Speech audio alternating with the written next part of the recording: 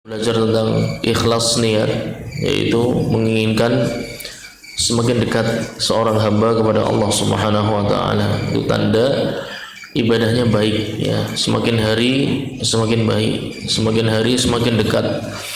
Semakin hari semakin banyak ayat yang dibaca, semakin hari semakin kuat keinginannya untuk bertemu dengan Allah Subhanahu wa taala dalam kondisi sebaik-baiknya. Ya, kemudian sekarang kita berada di hadis yang kedua. Ya. Ada di depan antum ya, Ustaz Suwanda hafizahullah taala menuliskan hadis dari Ummul Mukminin Aisyah radhiyallahu anha. Qala Rasulullah sallallahu alaihi wasallam yaghzu jayshun al-Ka'bah فإذا كانوا ببيداء من الأرض يخسف بأولهم وآخرهم قالت قلت يا رسول الله كيف يخسف بأولهم وآخرهم وفيهم أسوقهم ومن ليس منهم قال يخسف بأولهم وآخرهم ثم يبعثون على نيتهم متفق عليه. حديث متفق عليه. Apa makna muttafaqun alaihi? Ada yang bisa jawab makna muttafaqun alaihi apa? Sering dengar hadis muttafaqun alaihi. Ada yang pernah tahu? Kita tahu banyak istilah ya, istilah-istilah dari barat kita kuasai, istilah-istilah di kampus kita kuasai, istilah-istilah dalam aturan permainan sepak bola hafal. Tapi istilah-istilah ilmu hadis, nah ya jarang, kita asing terhadap agama kita sendiri. Ya ini musibah. Itu adalah mustalah yang ma'ruf ya, hadis diriwayatkan Imam Bukhari, diriwayatkan Imam Muslim atau muttafaqun alaihi. Hadis muttafaqun alaihi adalah hadis yang secara sanad terpisah tapi hadisnya sama. Ya, diriwayatkan oleh Al-Imam Al-Bukhari dan Imam Muslim dengan jalur yang berbeda. Ya, jalur yang berbeda tapi hadisnya sama, menunjukkan periwayatan hadis ini sangat kuat ya, sangat kuat. Bahkan diriwayatkan dari jalur yang berbeda bisa ketemu hadis yang sama ya. Oleh karena itu muttafaqun alaihi adalah status sanad hadis sahih yang paling tinggi yang diakui oleh para ulama ahli hadis, yaitu yang diriwayatkan oleh Al-Imam Al-Bukhari dan Imam Muslim dengan sanad, jalur sanad yang berbeda. Ya, hadis yang sama diriwayatkan dengan jalur sanad yang berbeda, menunjukkan kuatnya hadis tersebut. Baik, Nabi sallallahu alaihi wasallam menyampaikan bahwasanya nanti suatu hari akan ada jaish, yaitu pasukan yaghzu al-Ka'bah, akan menyerang dan menghancurkan Ka'bah ya. Fa idza kanu bubaida minal ardi, ketika mereka sedang beristirahat di sebuah perkampungan ya, yukhsafu bi awwalihim wa akhirihim, Allah Subhanahu wa taala menghancurkan perkampungan tersebut yang mana di dalamnya ada pasukan yang ingin menghancurkan Ka'bah ya. Dan itu sebagaimana pernah disampaikan di sebuah riwayat tentang kisah Abdul Muttalib ya. Abdul Muttalib paman kakek Nabi Muhammad sallallahu alaihi wasallam ketika bertemu dengan pasukan gajah dari Yaman, pasukannya Abraha ya, pasukan gajah dari Yaman. Saat itu pasukan Abraha hendak menghancurkan Ka'bah dengan misi yang sama ya, dengan misi yang sama. Ini tentu kisah sebelum Nabi Muhammad sallallahu alaihi wasallam. Tadi upaya-upaya untuk menghancurkan Ka'bah itu sejak dari zaman dahulu sampai zaman sekarang, dan yang akan datang akan terus terjadi ya.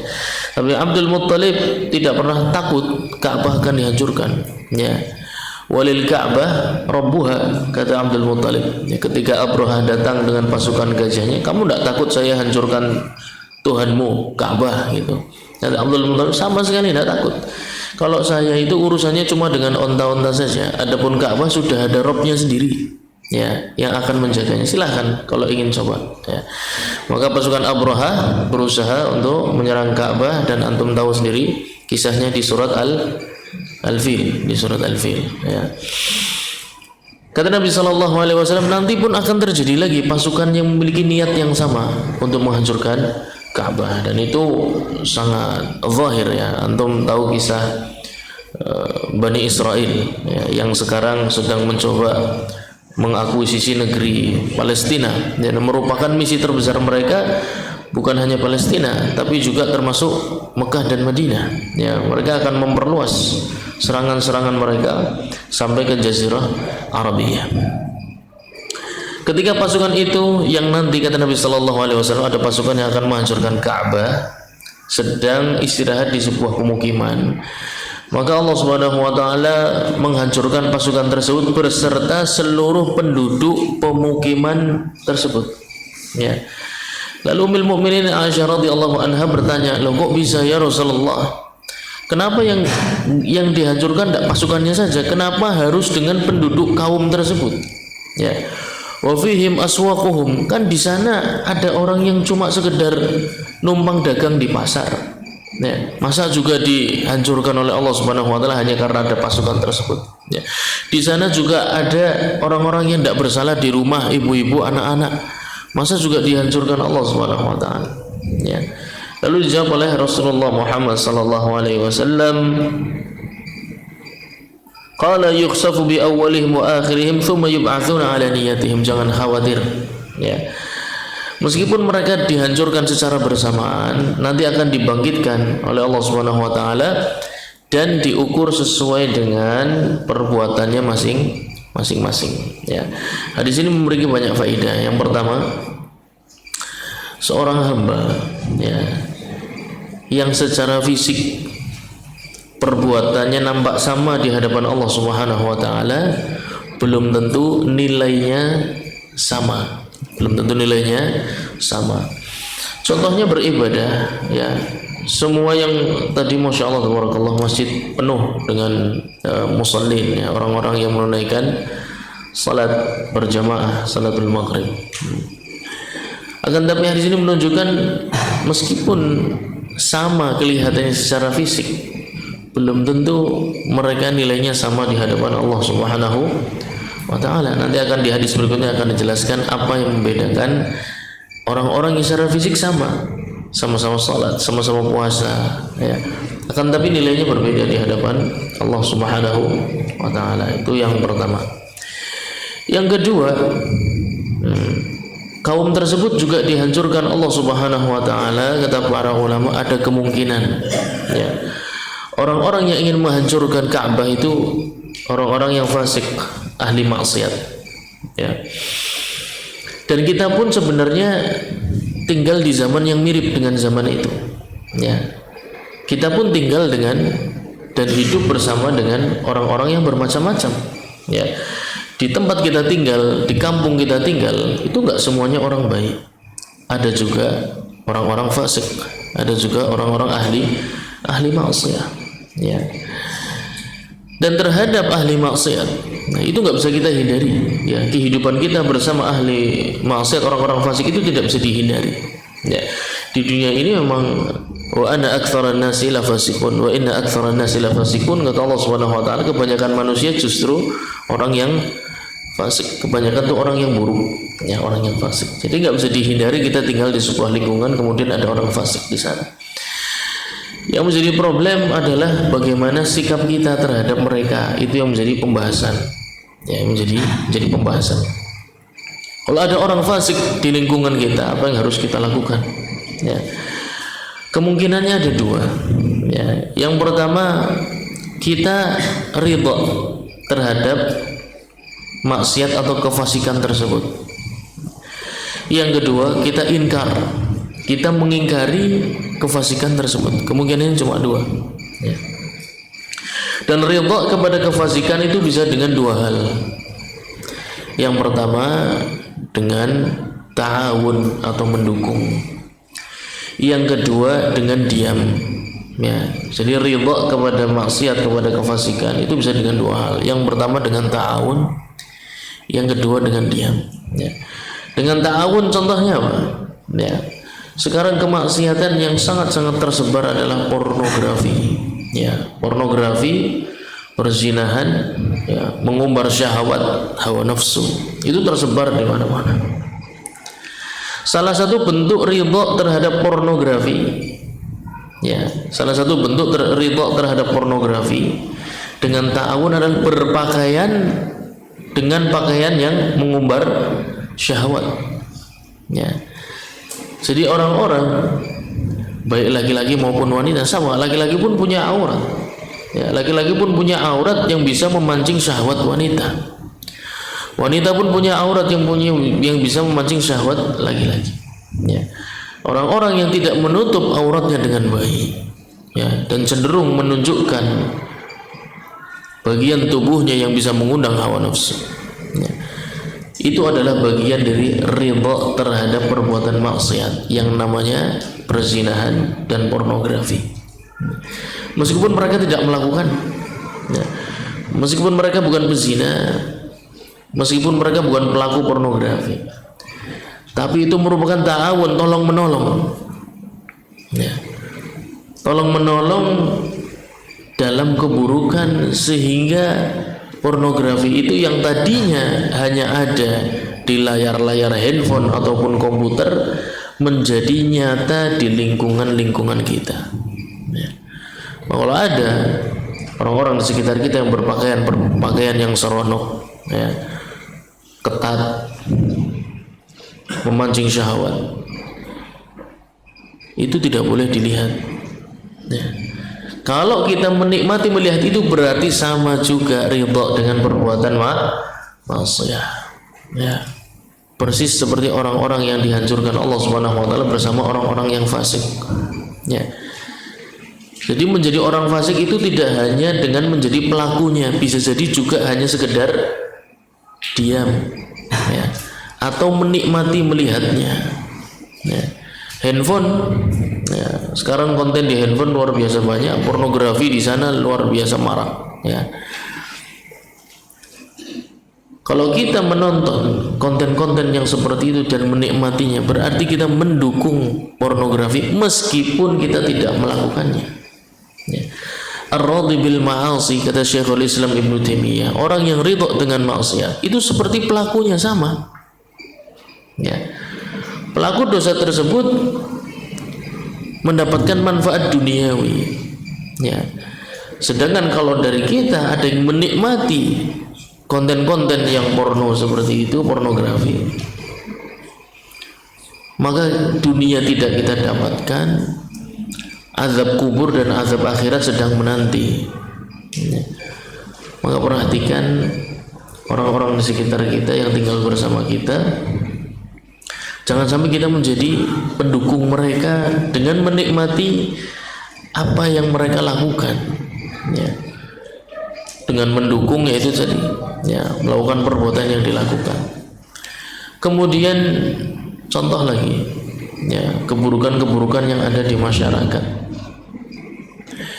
Wa yuhillu lahumut thayyibat wa yuharrimu alaihimul khaba'ith. Ya.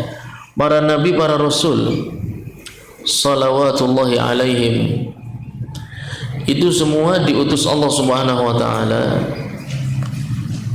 untuk menghalalkan yang baik-baik dan mengharamkan yang buruk. Tapi kalau kita perhatikan, berapa banyak orang tua yang sudah tidak malu untuk merokok di hadapan anaknya sendiri, ya. Itu merupakan jelas, ya, dukungan terhadap khaba'ith, perbuatan yang buruk, ya. Kalau orang zaman dulu, saya masih ingat, masih ada rasa malu, ya. Orang zaman dulu, zaman bapak kita, kakek-kakek kita, itu masih punya rasa malu. Meskipun mereka merokok, mereka nggak akan lakukan itu di depan anaknya, ya. Karena mereka tahu ini bisa memicu pendidikan yang buruk dan ditiru oleh generasi berikutnya, ya. Maka jamaah sekalian rahmati Allah Subhanahu wa taala, kemungkaran-kemungkaran yang ada di sekitar kita itu janganlah kita menjadi awanu syaitan, pendukung syaitan. Dengan cara apa tadi? Ya, mendukungnya dengan melakukan hal yang semisal dengannya, atau diam terhadapnya. Jamaah sekalian rahmati Allah Subhanahu wa taala, termasuk juga ya, ridha kepada maksiat adalah termasuk perbuatan yang Allah Subhanahu wa taala larang di dalam Al-Qur'an. Wa man a'rada an dzikri fa inna lahu ma'isyatan dhanka. Barang siapa yang berpaling dari zikri, peringatan-peringatanku, jadi meninggalkan belajar Al-Quran, meninggalkan belajar sunnah Nabi SAW, meninggalkan belajar adab, meninggalkan belajar yang halal dan haram, asik dengan semakin bervariasinya ilmu dunia, asik dengan konten-konten di media sosial, ya, lalai dari mempelajari ilmu Al-Quran, lalai dari mempelajari hadis Nabi SAW. Fa inna lahu ma'isyatan dhanka wa nahsyuruhu yaumal qiyamati. Mana? Yang hafal mana? Wa man a'rada an dzikri fa inna lahu ma'isyatan dhanka wa nahsyuruhu yaumal qiyamati. Ini lah kasih hafal. Hafal, antum udah hafal suratnya. A'ma, ya. Barang siapa yang ketika di dunia itu lalai dari mempelajari ilmu akhirat, Al-Quran dan Sunnah Nabi SAW, asik dengan ilmu dunia, perdagangan, teknologi dan berbagai macam edukasi tentang ilmu-ilmu dunia, tapi lalai dari mempelajari Quran dan Sunnah Nabi SAW. Fa inna lahu ma'isyatan dhanka. Kami jamin hidupnya sempit, kata Allah Subhanahu wa taala. Meskipun hartanya banyak, tapi hatinya sempit. Ya. Meskipun punya orang tua, tapi rasanya seperti tidak punya. Ya. Meskipun punya teman, rasanya seperti tidak punya. Meskipun punya rumah yang besar, rasanya tidak nyaman ditinggali. Ya, itulah kehidupan sempit bagi orang-orang yang tidak memiliki bekal ilmu agama dalam hidupnya. Fokusnya hanya bermain, bersenda gurau. Berapa banyak kasus anak-anak yang terlalu asik bermain game, ya, kemudian sampai masuk rumah sakit jiwa. Ya. Jadi ketika dia ingin memuaskan jiwanya dengan game, hasilnya bukan senang, bukan. Hasilnya semakin sempit. Hatinya semakin sempit. Ya. Dia semakin sempit melihat masa depan, semakin mudah emosi, ya, semakin mudah marah, semakin takut ketemu dengan orang. Itu nasib orang-orang yang hidup di dunia maya. Ya, tidak bisa berkomunikasi dengan orang lain. Hidupnya semakin sempit. Ya. Jadi orang-orang yang sibuk dengan dunia, meskipun hartanya bertambah, tapi hatinya semakin sempit. Itu resikonya begitu. Ya. Wa nahsyuruhu yaumal qiyamati a'ma. Dan hari kiamat nanti kami akan bangkitkan dia, kata Allah Subhanahu wa taala, sebagai orang yang buta. Ya. Sebagai orang yang buta, tidak bisa melihat. Di depannya mau ada api neraka, mau ada, dia nggak bisa lihat. Ya. Orang kalau nggak bisa lihat gimana? Antum misalnya tinggal di sebuah ruangan yang gelap gulita, ya, gelap gulita, tidak terlihat apapun. Ya, mau ke kamar mandi gelap gulita, nggak bisa kelihatan. Mau ambil apapun makan nggak bisa, gelap gulita. Kira-kira dalam hati ada perasaan apa? Panik, ya, gugup, bingung. Itulah yang akan dihadapi orang-orang yaumal qiyamah yang sibuk dengan ilmu dunia tapi lalai dengan ilmu akhirat. Hari kiamat nanti dia akan jadi orang yang panik, orang yang gugup, orang yang bingung. Allah bangkitkan dalam kondisi buta. Ya. Maka meninggalkan mempelajari Quran dan Sunnah itu termasuk perkara yang dilarang dalam Islam, betul apa tidak? Ya. Tapi coba bayangkan, kenyataannya meskipun itu perkara yang dilarang dalam Islam dan tarafu, berbangga-bangga dengan ilmu dunia, dengan prestasi dunia, ketahuilah nyatanya ya, kita itu sering ngiri dengan orang yang sibuk dengan dunia, padahal antum dimudahkan ilmu akhirat. Ya, antum dimudahkan mengejar ilmu akhirat, tapi nyatanya masih iri dengan orang yang sibuknya dengan dunia. Itu mengherankan. Ya. Santri penghafal Quran dimudahkan mempelajari Quran dan Sunnah, bertanya-tanya, kayaknya enak nanti sekolahnya negeri aja kali ya. Ya. Yang dia ingin merasakan menjadi orang biasa yang dengan segala kesibukan dunianya. Ya. Atau yang dimudahkan duduk di majelis ilmu, ya, dimudahkan duduk di majelis ilmu, orang-orang yang sudah dewasa dimudahkan belajar,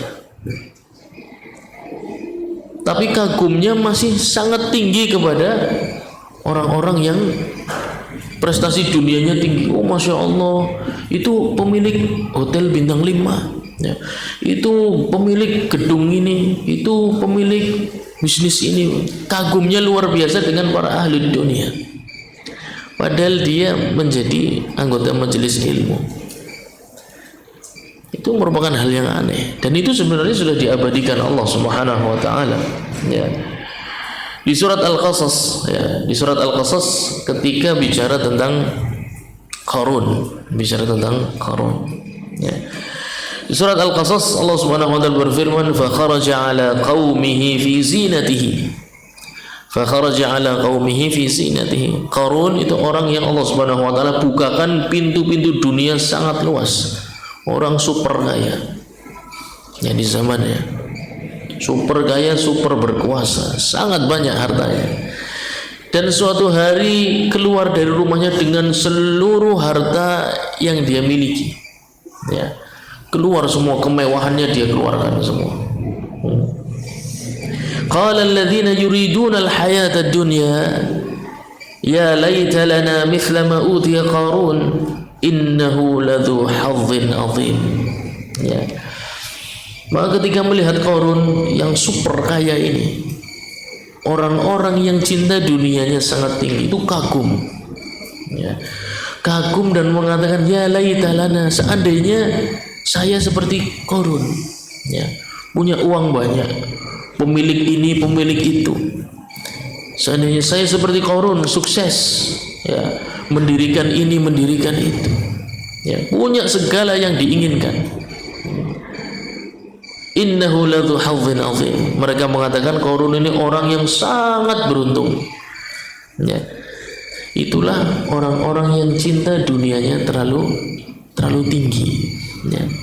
Mereka yang lebih cinta kepada darul fana, tempat yang akan fana, yang akan berlalu.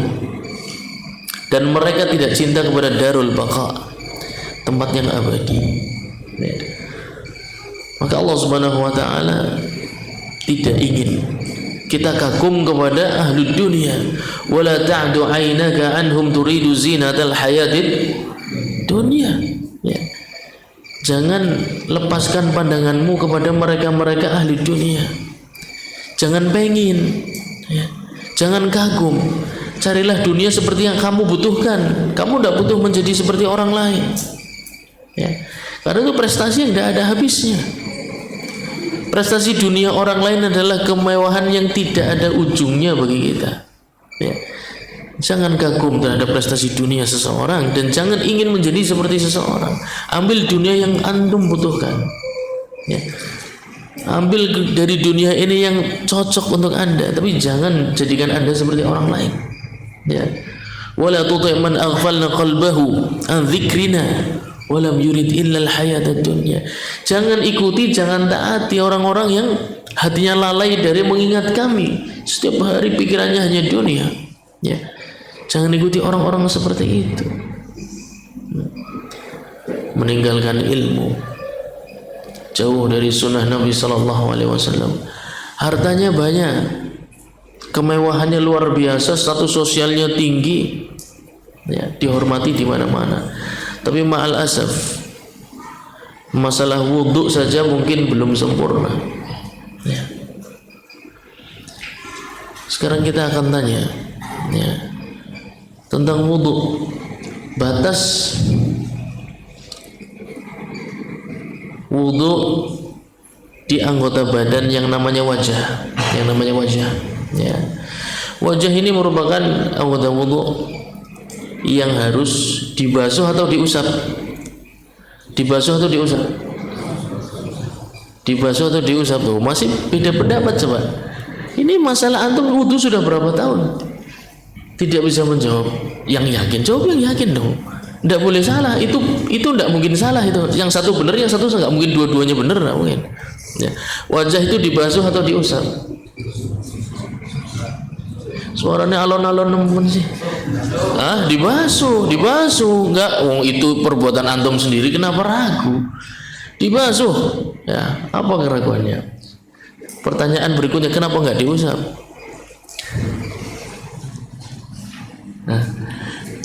Karena perintahnya dibasuh, faghsilu wujuhakum, bukan famsahu. Ya. Sekarang pertanyaan berikutnya, apa bedanya dibasuh dengan diusap? Silahkan kalau basuh. Kalau basuh airnya menggenang. Gitu ya. Jadi kalau basuh airnya banyak gitu ya. Sekarang Nabi SAW itu dahulu wudhu dengan air yang sangat sedikit, kata para ulama. Kalau dikiaskan zaman sekarang itu cuma aqua gelas, Pak. Aqua gelas bisa untuk berwudhu sempurna Nabi SAW. Berarti ketika ngambil airnya banyak atau tidak? Sangat sedikit dong. Sangat sedikit. Intinya apa sih dari basuh dan usap? Sekali-sekali mentanya kepada diri sendiri, basuh dan usap itu intinya apa sih? Coba ada yang mau coba lagi enggak? Coba. Apa bedanya basuh dan usap? Membasuh dan mengusap, apa bedanya?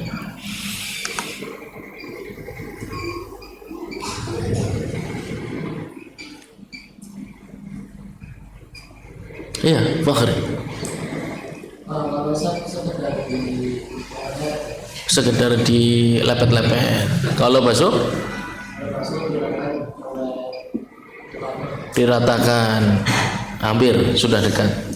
Para fuqaha memberikan gambaran bagus nih supaya kita tahu bedanya basuh dan usap. Ya. Mereka para fuqaha itu orang-orang cerdas yang kalau ngasih contoh itu tidak nyata, tapi membuat Anda paham intinya apa. Kata para fuqaha, kalau Anda nyemplung di sebuah kolam dengan niat taharah berwudu, kemudian keluar dari kolam urut dengan anggota wudu. Ya, berarti keluarnya apa dulu? Faghsilu wujuhakum, berarti keluarnya apa dulu? Kepala dulu, wajah dulu. Ya. Kemudian tangan, kemudian kaki. Kalau keluarnya urut dari awal niat taharah, wudunya sah. Nyemplung semuanya. Atau nggak perlu ngapa? Para fuqaha nggak bilang di dalam kali harus gosok-gosok, enggak. Nyemplung, semuanya nyemplung badan. Dari awal sudah niat taharah. Keluarnya urut anggota tubuhnya. Wudunya sah dengan ijma' para ulama. Oh, unik dah wudunya. Berarti intinya apa? Saya mau tanya. Harusnya tergambar itu. Berarti intinya basuh dan usap tuh jelas. Tanpa disentuhkan, jadi dilepet-lepet ya. Ini kalau nyemplung kan enggak ngelepet-lepet, enggak ngapa-ngapain dia. Masuk, keluar. Niatnya taharah. Sah dengan ijma' para ulama. Berarti bedanya basuh dan usap itu apa? Ya toh, terbukti kan bahwasanya tentang ilmu agama kita sangat lalai. Ya, sekedar tanya saja, sekedar penasaran. Saya itu penasaran bedanya membasuh dan mengusap itu apa sih? Ya, intinya itu apa? Ya, membasuh, faghsilu, intinya adalah keyakinan bahwasannya seluruh anggota tubuh terkena air. Mau dilepet, mau digosok, terserah cara antum. Yang jelas Anda harus yakin anggota tubuh tersebut seluruhnya terkena air. Itu namanya membasuh. Sedangkan mengusap itu sama, imrarul yad bil ma, ya. Melewatkan air pada anggota tubuh tersebut, anggota wudhu tersebut, tanpa perlu yakin air menyentuh seluruh anggota wudhu tersebut. Ya, mengusap kepala, ya, Ada bagian kepala nggak kena air, orang saya dipikiri karena perintahnya adalah mengusap. Anda tidak perlu yang makannya, butuhnya cuma sedikit. Ya, jadi intinya bukan sedikit banyaknya. Banyak kalau ada yang nggak kena percuma. Ya. Suatu hari Nabi Shallallahu Alaihi Wasallam pernah melihat salah seorang sahabat, pada kakinya ada anggota wudhu yang tidak terkena air sebesar koin dirham. Kan kecil ya koin dirham. Nabi Shallallahu Alaihi Wasallam merintahkan, aidu wudhu, ulangi wudhu kamu. Ya, dia sudah pakai air banyak, tapi nggak ada bagian yang tidak terkena air. Jadi intinya bukan banyak air ataupun sedikit, intinya bukan itu. Intinya Anda harus dapat keyakinan seluruh anggota wudhu tersebut terkena air. Air sedikit bisa, dengan syarat yakin air tersebut mampu menyentuh seluruh permukaan anggota wudhu. Jelas nggak kira-kira? Ya. Kalau usap tidak perlu ada keyakinan itu. Ya. Letakkan air di atasnya, ada bagian tidak kena air, bukan urusan antum. Ya. Karena yang diperintahkan hanya mengusap. Namanya mengusap pasti ada bagian yang tidak kena air. Kalau basuh harus kena air. Muqaddimah pertama. Sekarang pertanyaan berikutnya. Ya. Wajah, ya, batas atas wajah. Wajah ini punya batas atas, batas bawah, batas kanan kiri, batas horizontal, batas vertikal. Ya. Mulai dari mana harus dibasuh? Ya. Batas atasnya adalah tempat tumbuhnya rambut. Batas bawahnya mana?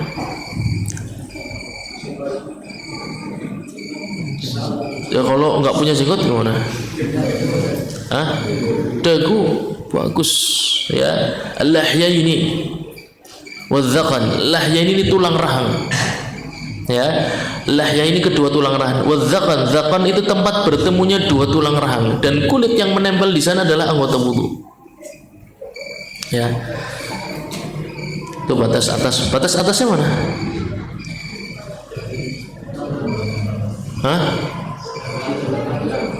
Tempat umumnya tumbuh. Baik. Orang tumbuh rambutnya sama atau tidak? Ada yang cenderung ke atas enggak? Mohon maaf yang agak sedikit tumbuh ke atas. Aman insyaallah. Ya. Yang rambutnya cenderung tumbuh ke bawah ada enggak? Ada. Nah terus berarti pertanyaannya, kalau orang yang rambutnya turun ke bawah, tumbuhnya dari sini, kan ada tuh orang yang tumbuhnya dari sini. Ya, agak turun. Itu berarti rambutnya di sini itu dibasuh apa diusap, pertanyaannya? Wamsahu biru'usikum, kepala, rambut ini dibasuh apa diusap? Diusap. Oke, ya bagus, masya Allah. Sekarang kalau rambut kepala itu tumbuhnya agak turun ke sini, ke bagian wajah, rambut ini dibasuh atau diusap? Kan itu rambut kepala. Hah? Diusap. Mana dibasuh apa diusap? Ini yang jawab diusap. Kenapa? Beritanya diusap. Jamin. Ya. Ada yang jawab yang lain enggak? Apa setuju dengan pendapatnya? Diusap saja cukup. Ya berarti gini-gini cukup. Ya. Dia masuk di area wajah. Kalau masuk di area wajah berarti mengambil hukum wajah. Ya. Maka rambut yang tadinya diusap kalau dia turun ke wajah harus dibasuh. Itu hukumnya wajah. Sekarang ya muncul pertanyaan berikutnya. Antum kalau wudu mau membasuh wajah, yakin nggak seluruh kulit itu sudah terkena air? Yakin nggak? Kalau wudu pas basuh wajah, itu yakin enggak seluruh kulit di wajah ini sudah terkena air? Yakin enggak? Kalau nggak yakin harus diulangi loh. Yakin ya? Yakin. Sung. Tidak ada bagian kulit yang tidak terkena air, yakin? Jadi semua kulit wajah terkena air? Iya. Kalau saya jawab tidak. Pasti tidak. Ada bagian kulit yang tidak terkena air. Umumnya tidak terkena air, kecuali sedikit. Kulit bagian mana? kulit bagian mata. Mata ada kulitnya gitu. Kelopak mata ya. Mana? Kulit wajah antum yang nggak kena air mana? Dekat. Antum pernah hujan-hujanan tetap bisa melek, tetap bisa lihat kan hujan-hujanan? Iya. Kenapa kira-kira? Kok airnya nggak masuk ke mata? Bagian mana yang meminggirkan air? Alis. Di balik alis itu kulit bukan? Kulit. Berarti benar saya kan? Ada kulit yang tidak kena air kan? Itu kan nggak kena air. Pak antum bilang tadi jawabannya seluruh kulit wajah saya kena air. Tidak. Ada bagian yang tidak kena air. Yaitu kulit di balik alis. Pertanyaan yang berikutnya. Apakah harus kulit di balik alis ini kena air? Padahal tadi perintahnya harus seluruh air mengenai permukaan anggota wudhu. Seluruh permukaan anggota wudhu harus kena air kulitnya. Ya. Pertanyaannya, apakah harus juga kulit yang di balik alis ini harus juga? Kan ketutupan. Harus apa enggak? Tidak. Sepakat semuanya jawabnya tidak. Bimbing, yang kaider. Wudu wis berang tahun. Pernah enggak pernah tanya-tanya kayak gitu, enggak pernah? Cobalah sekali-kali tanya-tanya lah. Ya. Jawabannya tidak dan iya. Ya. Apakah kulit di balik alis dan yang semisal dengan itu kulit di balik jenggot dan yang semisal dengan itu kulit di balik rambut yang tumbuh di wajah, semua rambut yang tumbuh di wajah, kulit di baliknya itu bisa wajib harus terkena air, bisa juga tidak. Ya. Yang pertama, kapan kulit nembe pan cerita wis rampung. Tambah secuil wis ya untuk menutup maklumat ini bagaimana nikmatnya orang yang paham ilmu agama ya, dan antum nggak akan iri lagi dengan ahli dunia insyaallah taala ya. Kalau rambut itu tipis, apa makna tipis? Kulitnya nampak, antum ngaca lihat alis antum, kalau warna kulitnya nampak berarti antum golongan alisnya tipis ya. Alis, janggut ini semua sama. Rambut yang tumbuh di wajah ada dua jenis, tebal dan tipis. Tebal adalah yang warna kulitnya tidak nampak, tipis adalah yang warna kulitnya nampak. Kalau warna kulitnya nampak maka air harus masuk ke sana meskipun sulit masukkan air ya, masukkan air. Kalau tipis, apa makna tipis? Tadi barusan diomongi apa makna tipis? Warna kulitnya apa makna tebal? Warna kulitnya tidak nampak. Antum ngaca warna kulit tidak nampak, yang wajib hanya permukaannya saja. Ya, dengan itu Anda bisa nilai selama ini wudhu Anda sah atau tidak. Baru masalah wajah. Ya, belum bicara yang lain. Ya.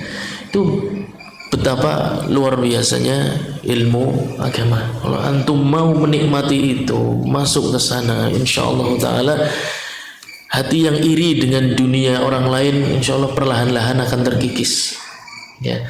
Tapi kalau kita tidak punya rasa tertarik terhadap ilmu agama, tidak menikmati belajar ilmu agama, maka akan kuat perasaan iri terhadap harta milik orang lain.